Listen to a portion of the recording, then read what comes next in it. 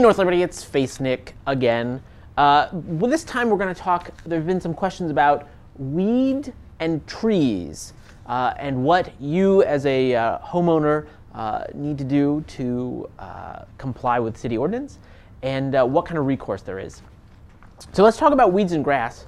I know I haven't had to mow my lawn a whole lot this summer, but we've gotten some rain in the last couple weeks, and so I have. And it's been disappointing. But some people have failed to do so. And just want to talk real quickly. So any residential, commercial, and industrial land within city limits is required to keep their grass and weeds, because honestly, my yard is mostly weeds, at 6 inches or shorter. That, of course, doesn't include any agricultural land inside city limits, because 6-inch corn is pretty bad. We here at the city, we'll do like a visual inspection, sort of eyeball, is it 6 inches? We'll measure too, just to double check. And if we figure that that's more than 6 inches, we'll send you a certified letter to the landowner saying, hey, your grass and weeds are too long and you need to trim those. You need to take some action.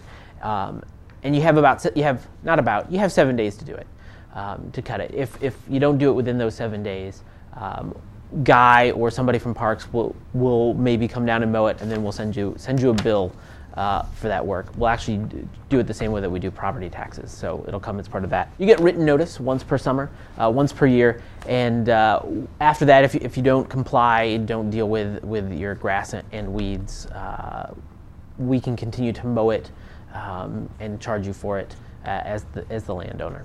So keep your grass and weeds. Again, mine's mostly weeds. Though I will say the drought has done a good job getting rid of a lot of that creeping Charlie that's been in my front yard. So thumbs up there. There's also some issues with trees, shrubs, and bushes. First off, there's 6 kinds of banned, contraband trees that we don't allow within the city.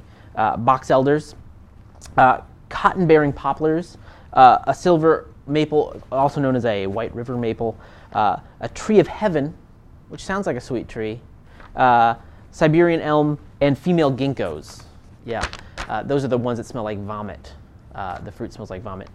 And so those are all considered to be nuisances. So those are banned. But any tree, shrub, or bush that hangs over a street there needs to be 13 feet of clearance between the street and the bottom of that tree. If it hangs over a sidewalk, there needs to be 8 feet above the sidewalk. If it's near a sidewalk, it needs to be cut back 2 feet. So anything that's within that 2 foot of the sidewalk needs to be above the 8-foot clearance. Any tree that's put on public property or in the right-of-way, which is dead or is declared to be a nuisance, the city can remove any of those. And trees are not allowed to be planted within the public utility easement without written permission. So that space between the road and a couple feet off of the sidewalk, you can't plant trees. And you can ask the city for permission to do so and get a variance. But don't plant trees there because we will have to come and pull those out. If you have any questions or that I can answer for you, give us a tweet at North Liberty, or check us out on Facebook, where we're also North Liberty. Give us a comment, send us a message, and I'll do what I can to get you the answers and put you in touch with the people that can help. And that's it for FaceNick.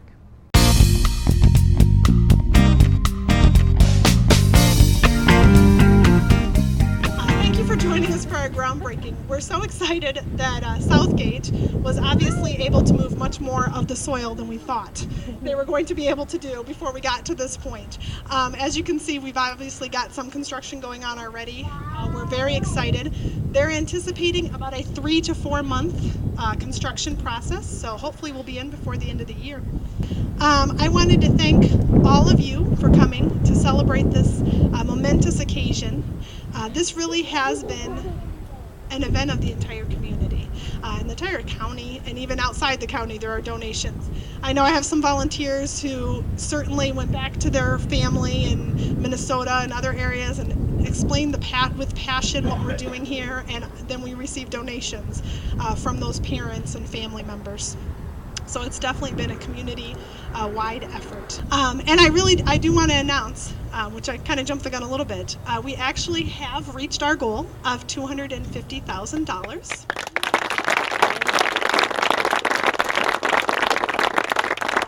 Comments that was included in one of the presentations was the thought that you can't whistle a symphony, right? It takes more than one person to create a symphony, and that really resonated with me because of what we have happening today. I remember 18 months ago when we were considering doing this, I guess it's in my nature to worry, but I looked at the numbers of this and I said, there's no doubt the need is growing. This is very much a service that's needed in the community. But gosh, this is a big jump from where we are now. And I remember Marty saying to me as we walked out of a board meeting, just be faithful, it'll work out. And it did. As I think about 1985 and Sandy Miller saying we need to actually put some groceries in a bag, I think about the Eagle Scout. I don't know if Zach's here today, but starting the project of the clothing. And as we continue to wrestle with that passage, the picture became clearer and clearer. I remember one day when it was in the 8x8 room. We had just moved here. Not only did we have people, we had a lot of mice. And there was nothing like going into the 8x8 room.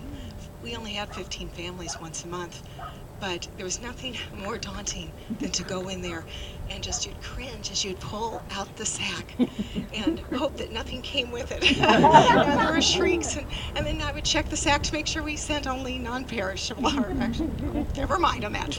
We made sure nothing went home that wasn't supposed to go home. But feeling like, how can we do this? The need is so great, and we just had to continue to try to live out that verse of what it means to do justice, because we know that if there's a brother or sister or a child that doesn't have enough food, then we're all part of that same family. And so this is a part of our DNA, deep down. And then to move out to the mock and to see it change once again, and finally this picture. And for the past probably year and a half, we have been thinking of things we can do to celebrate that event. And along comes the food pantry project. So we targeted that project. We made a conscious decision that we were going to be the builder of this building. We were not going to be underbid by everybody. We wanted to look at this project not as a profit center for our company, but we wanted to look at this project as a way we can give back to this community and the surrounding communities that have been good to us. So we felt that we did that. We have attempted to work with the pantry board very well. We did get the low bid. I'll guarantee you we're not going to make a profit.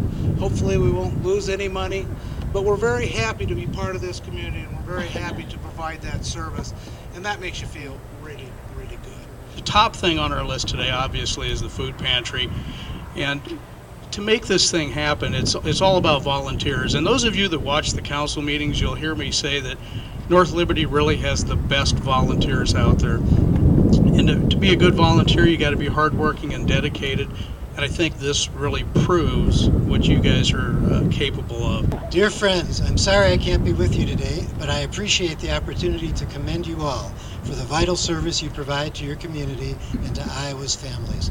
The North Liberty Community Pantry is a binding force in North Liberty and beyond by helping to bring stability and normalcy when people need it the most. You're on the front lines, lending a hand to people, often at their darkest times. I know that today is a happy day, though, because with this new facility, you'll be able to help more families and keep providing hope and sustenance to folks struggling to get by. Pitch it forward. Sure, I've never done this before. You tell me. You ready? Oh. All right. Now you gotta put it on your shoulder.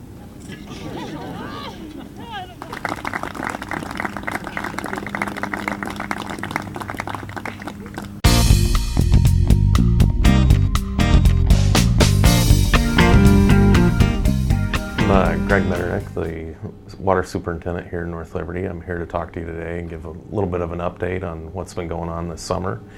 And then we'll show you a little bit of how the operation works. I'll just start off with the summer that we've had. It was extremely busy this year with the dry weather, the heat. The plant here ran about 100% capacity for pretty close to 8 weeks. North Liberty actually broke a record. We had the highest pumpage that we've ever experienced here in North Liberty. In the month of July, that was just a little bit over 49 million gallons. To give you an idea, the previous highest pumpage we had, we beat that by about 6.5 million gallons. And the plant ran at 100% capacity. We didn't have to issue any conservation ordinances or enforce any conservation ordinances. And a lot of that was due to the fact that we have the aquifer storage and recovery well. It's sitting there. We had 39 million gallons of treated storage and reserve ready to go if we had to use it. The first 4 weeks of running at 100%, everything ran really smooth. We monitored everything, kept a close eye. We didn't have any major issues. And then about the last 3 to 4 weeks, we started having some issues with heat. We had issues with the power company. We had some mechanical failures, so the last 3 to 4 weeks of that stretch were really, really busy. Worked a lot of overtime. Started out, we have some of the motor protection for one of our larger wells is actually on the exterior of the building, and when we started getting the extreme heat and the long hours of that equipment running, the motor protection would heat up and then it would cause it to trip out, and we started having those problems. So we came in and actually set up some system to cool that cabinet down. Got that issue taken care of, and then we started seeing where when it really got hot out, the power company, we were seeing some phase imbalances which would then trip out that equipment, and so we were working closely with the power company trying to get that resolved. And in the meantime, what would happen when we'd see those problems, and we'd have to come in and actually run on our backup power, and took several calls from some of the residents here, nearby the water plant, and everyone was really understood what was going on, when we explained it to them. And I just like to thank those people that lived here close and had to deal with the noise and different issues. Really appreciate that. And then we got through the heat and the power issues, and then we had some mechanical failures here at the plant. We had some automatic valves that started failing, and we went through and we had some time to actually get a few of those taken care of. But we had a pretty long stretch there where we were really monitoring things closely. We got through that, and we did not have to use the ASR well. We came close. The plant ran, our highest daily pumpage was about 1.8 million, and we were steady at close to that 1.8 million for a long period of time. And had we not had the ASR well as a reserve, we might have had to take some other action, just being cautious to make sure that we weren't going to wind up in a bad situation. But having that ASR well really made things a lot easier this summer to get through, I will say. We're actually going to fire that up here tomorrow, and we'll start pulling some water out of that well and putting it into the system, and we'll try and use that up probably by the end of September. And then we get probably into October, November, and we'll start injecting that well again.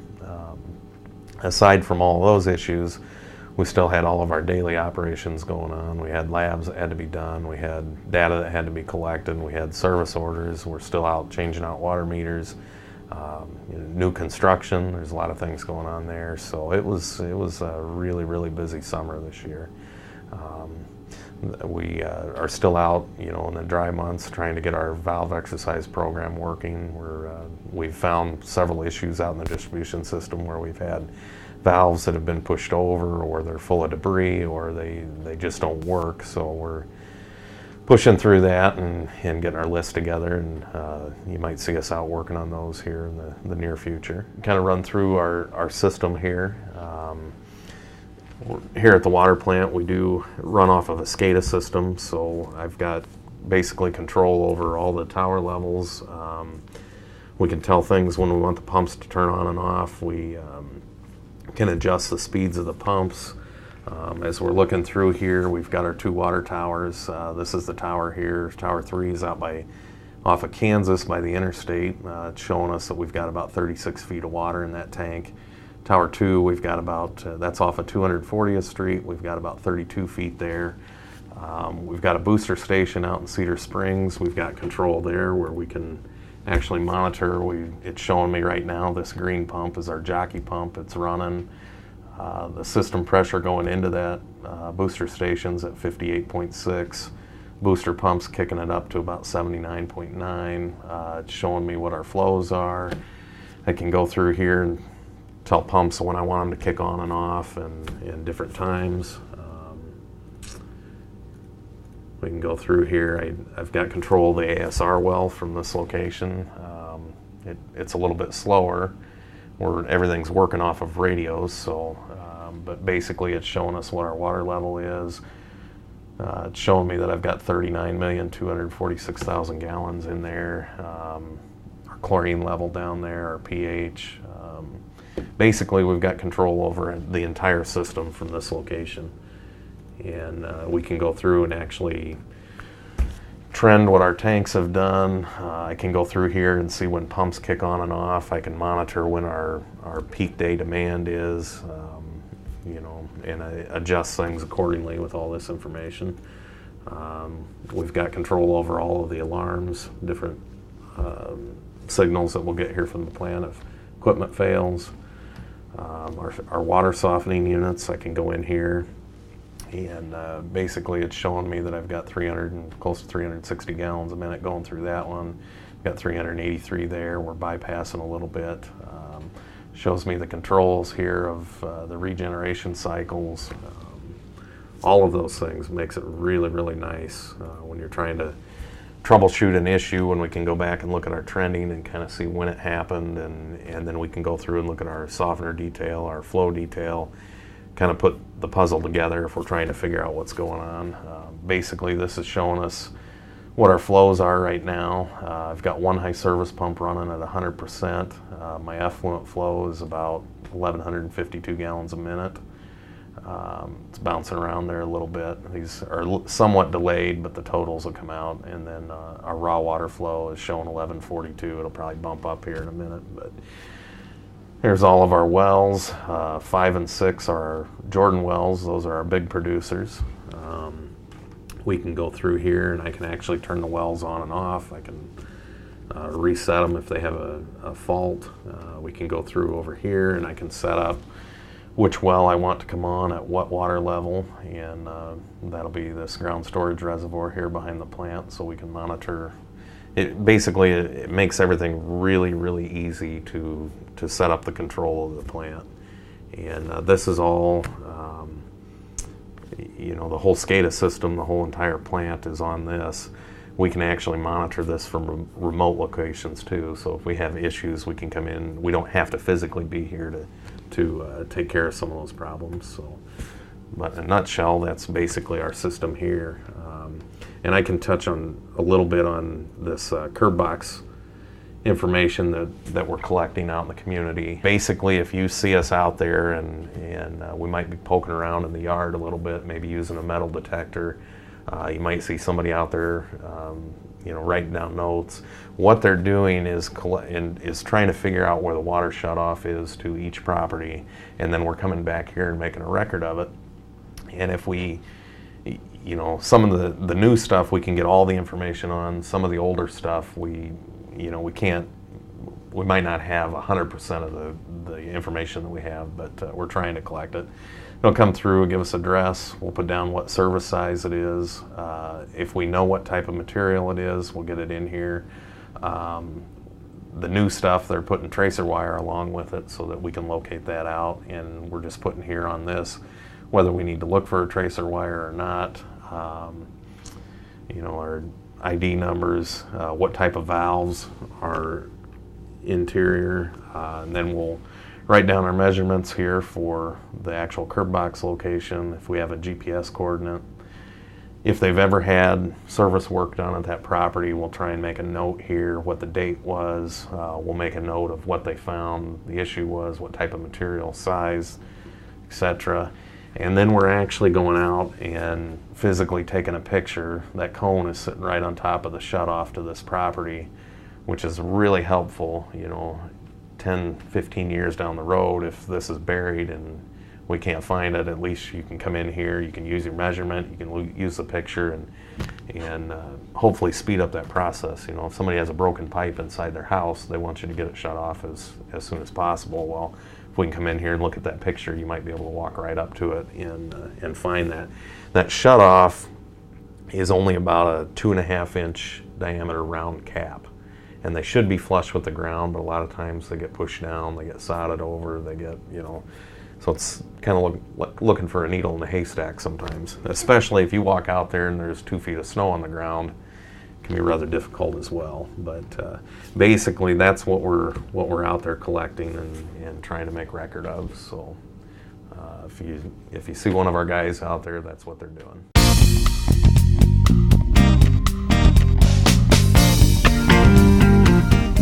Today we're at the Salute to Summer event, which is our annual fundraiser. In the past, a lot of volunteer fire departments do dances or a variety of different fundraisers, and we were trying to think of an event we could do that would bring families out and get the community involved. And so we came up with this idea. We called it Salute to Summer. Kind of ends the summer. Kids are going back to school, but we bring everybody out. We've got bouncy houses and food and bands and a lot of different activities for the whole family. This year we added a race car simulator, which is really actually pretty neat. We were just talking about wanting to try it out. It looks like it actually lets smoke out as you're driving and everything, so pretty realistic. But we try to add some variety every year, keep people coming, keep people interested, but really just make it fun for the kids. And we've also got the fire trucks on display, so kids love that. We have our Quint, which is our truck. That's our ladder truck over there with the flag. We've also got our new rescue truck, which is 119. We're really excited about the truck, and we're trying to show the community what we purchased and the equipment on it so they can see what we're doing with it. But I'm really excited about that. We also have 113 as well, which has been around, but it's one of our largest trucks, and the kids always like that one because it's so big. So we just love to have them out here, let the kids look at them and see the equipment, and again, let the community see what we do. Well, basically, we sell wristbands for all of our attractions. There are a few things that are separate, like the race cars separate this year, but all of our inflatables, a $10 wristband will get you unlimited attempts at the inflatables. And basically the money that we raise here today all goes towards buying equipment. Last year we purchased some AEDs, defibrillators that we use on our trucks. So it's really going back to the community. It helps us with our training, and then on the calls we use that as well. We're actually grilling. We have, we got a long list this year. We have hamburgers, we have hot dogs, we have turkey loins, we have ribeyes, which are really good. We also have turkey brats and pork burgers. So we've got quite a list. We have chips. We even come up with some combo meals to make it affordable for people. But yeah, we're grilling all day long, and so good food. I mean, I would expect a couple thousand or more. I mean, it seems like every year it grows, the event gets bigger, word spreads. People start looking for the event now that we're in our 4th year. So we'll hopefully have a really good turnout today. The weather has been great all 4 years, and that really helps us out. Bobbers is great. They've been so good to us. They really help out and contribute to the event, but it's a great open area where we can spread out and, like I said, have all the things for the kids, but it just works great.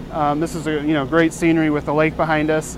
And like I said, the staff at Bobbers is incredible. They really help us out a ton. We couldn't do it without them. All the money we raise today goes right back to the community. We use it for training, so we're well equipped to help when we're needed. We also purchase equipment, which is key. And so we'll purchase, the artificial defibrillators. We'll purchase, just whatever equipment we need on our trucks, gear for our new recruits, things like that. What I love about the event is, especially working the event, it's just great. It's great to see the community come out and support their fire department. All of us, that's why we're in this, is for the community. So we love seeing the kids have fun on the inflatables, and it's great camaraderie amongst all of us, working together all day long, but it's just a good way to interact with the community. My kids love it. I'm waiting for them to get here in a little bit. So it's just a fun event, and like I said, a lot of departments do other things. Some of them have dances and different things, which kind of excludes the family. This is just really what it's all about here in North Liberty, is getting the family involved, and that's why I like it so much.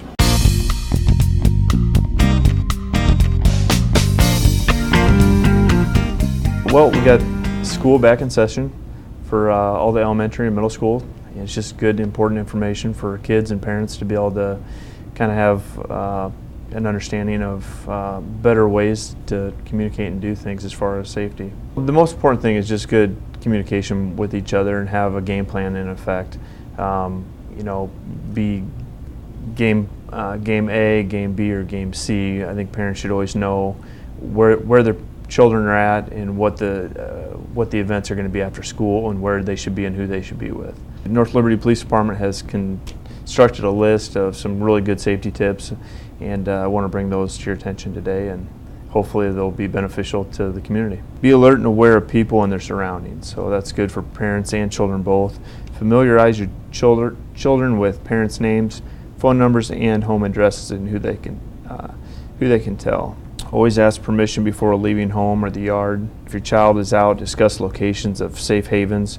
Your children can go for safety, houses of neighbors you trust, stores, shops, police and fire stations, and business offices. Really any place that you designate with your child. Walk and play with other children. Try not to be alone at any time. Talk to your child about the friends and get to know them and their parents. And with that, I say get phone numbers and stuff like that. Often we have children that end up missing, and they say, well, they're with so-and-so, and parents have no idea what the phone numbers to those parents are, so it's always important. Stay in well-lighted areas and public view. Teach your child to report suspicious persons to you, teachers, trusted adults, or police officers. Children often make good junior police officers reporting those things. Establish a code word with your child, instructing them never to go with anyone who does not know the code word. Remove identifying names, addresses visible from public or clothes or backpacks. If your child is approached or followed by a suspicious vehicle or person, you can scream, say no, run away in the opposite direction, run to a safe haven, and call the police. Teach your child what to take notice of when they encounter suspicious vehicle or persons, type and color of vehicle, license plate number, description of occupants, include gender, clothing, and any distinguishing marks. Let your child know that they can call 911 from a public phone or cell phone in case of an emergency. Often other kids have cell phones. All the businesses have cell phones. Most of the businesses in town are what I would consider to be a safe haven as well. Parents should keep a booklet or have updated every 6 months physical description and color photograph of their child.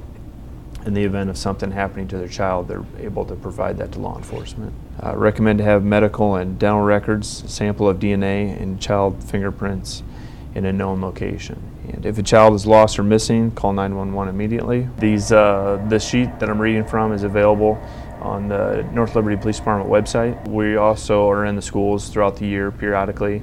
We do have safety information and pamphlets that go out to the kids, and that information is also available at the North Liberty Police Department. So we'd love to have you come in and pick some of that information up.